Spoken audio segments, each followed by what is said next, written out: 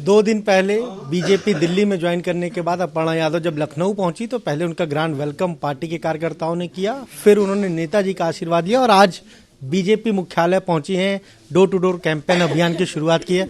अपर्णा जी, आप आज बीजेपी कार्यालय पहली बार आई, इस रास्ते से तो बहुत गुजरी होंगी लेकिन पहली बार यहाँ आई हैं। जी, अच्छा लग रहा है मुझे जी। नेताजी के पास जब आप गई, आशीर्वाद लिया, उन्होंने क्या कुछ कहा? खुश रहो बेटा। तो जब आप बीजेपी ज्वाइन करने जानी तब भी उनको इन्फॉर्म किया था, सूचित किया था, उनसे पूछा था? बिना इन्फॉर्म किए हुए कौन जाता है कहीं जी। क्या वजह रही कि आप समाजवादी पार्टी में रहीं, 2017 में आप चुनाव भी लड़ी, आप पार्टी की सदस्य नहीं, आप परिवार की सदस्य हैं, उसके बावजूद आपने सपा छोड़ी, बीजेपी में आप आई? मैं सिर्फ ये सवाल सिर्फ आपसे नहीं है, पर ये सवाल अपितु समस्त समाज से है कि जब भी कोई महिला अपना एक दृढ़ संकल्प करके राष्ट्र के लिए सेवा करना या राष्ट्र के तरफ आकर्षित रहना, क्या ये गुनाह है? क्या ये पाप है? मुझे नहीं लगता कि ये है।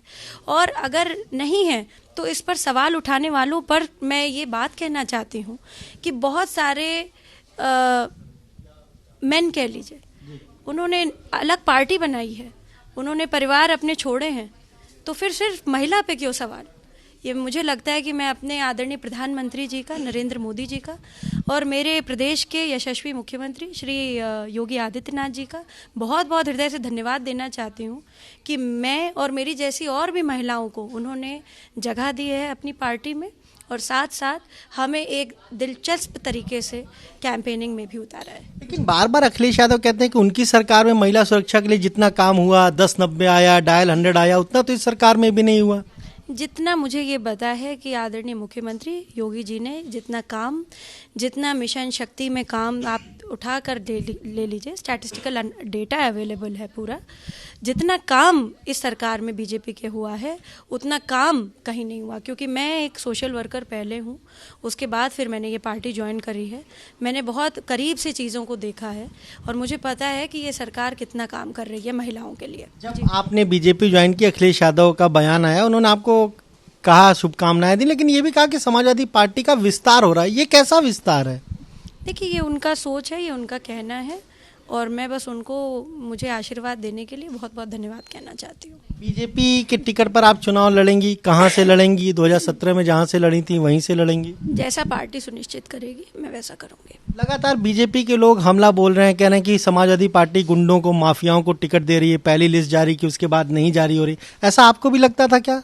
देखिए, हमारी जो भारतीय जनता पार्टी है वो राष्ट्र के साथ है, तो जो भी अगर राष्ट्र विरोधी काम करेगा उसके बारे में लोग बोलेंगे जी।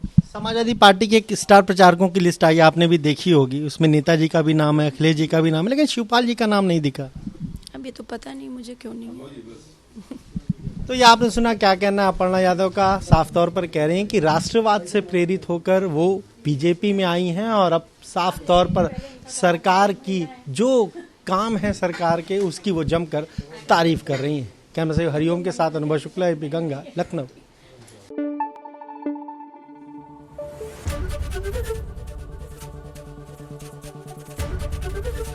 एबीपी गंगा, खबर आपकी, जुबान आपकी।